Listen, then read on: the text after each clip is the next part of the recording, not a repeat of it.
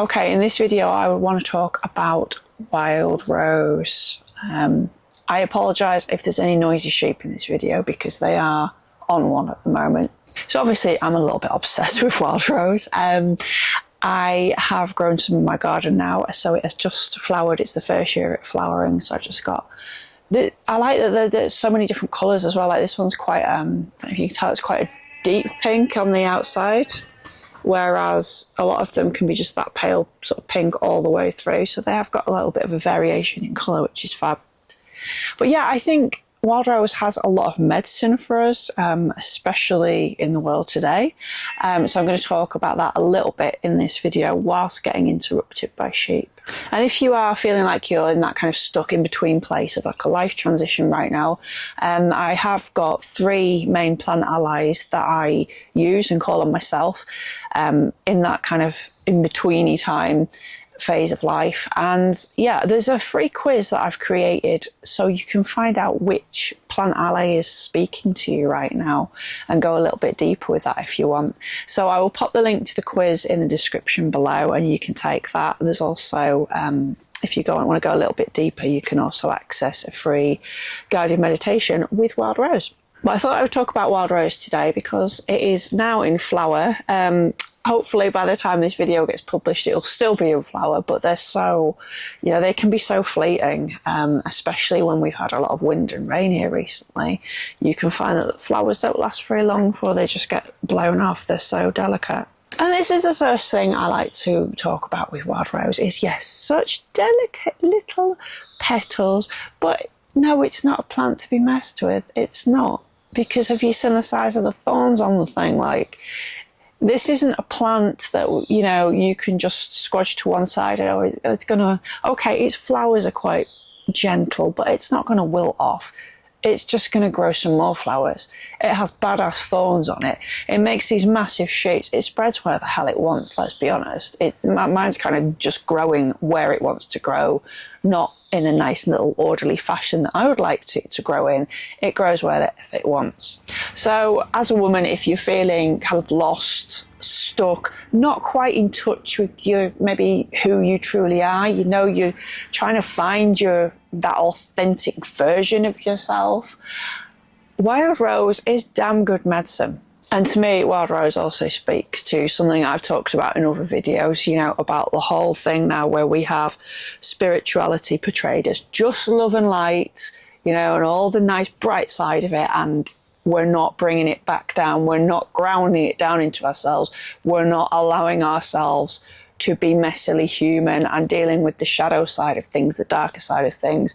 And to me, wild rose really kind of speaks to that, because it has, again, with the flowers, and you see the sort of like spiritual light fluffy side of things, but again combined with these thorns and these really strong roots. They have really strong roots, and that combination of being really grounded and really earthy, and, you know, being protective as well, and being protective of that kind of vulnerable side of ourselves that we, yes, need to learn to open and cultivate and display into the world, but not just, you know, without any protection. We need our protection and our own boundaries, and be solid in our own boundaries to really move through the world safely and surely. There are a few different types of rose. I mean, obviously, if we zoom right out, there are lots of different types of rose. There are like your kind of cultivated rose garden type of roses. And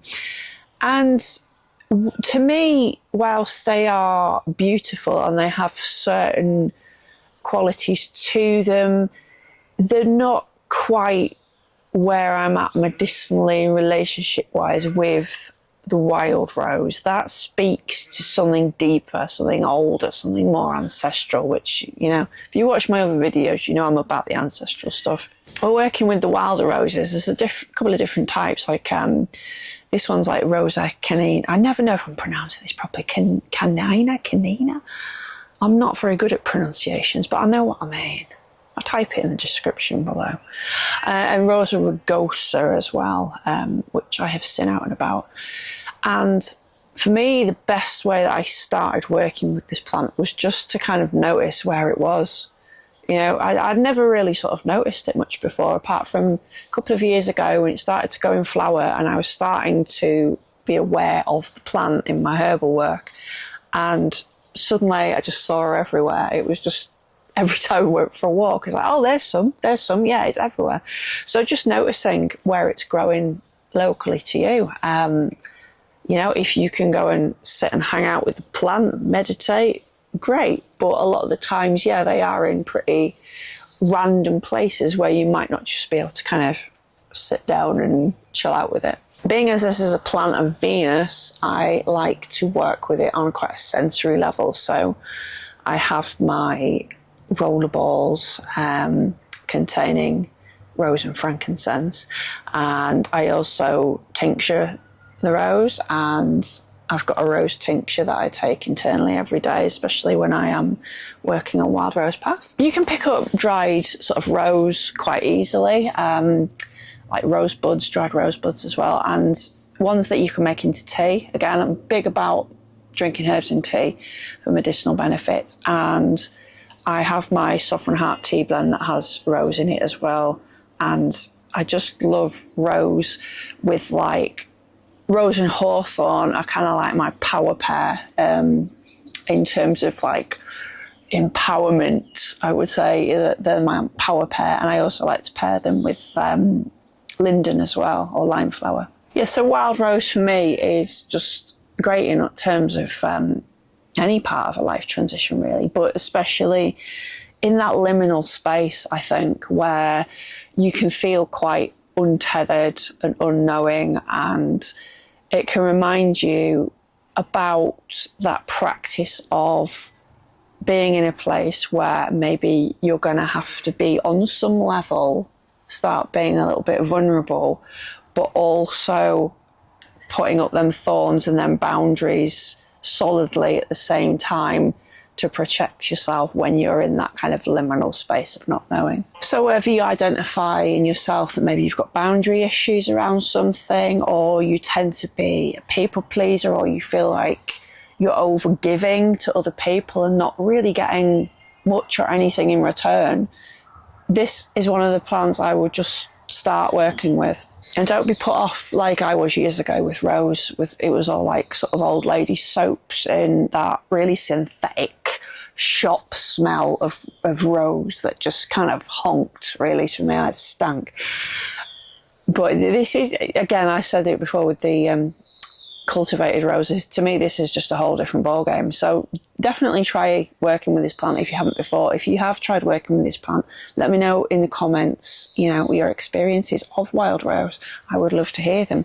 Otherwise, I'll pop a link in the description below to the quiz where you can find your plant ally, and let me know if yours is wild rose, because that of course is on the list. Otherwise, I'll see you soon for another video.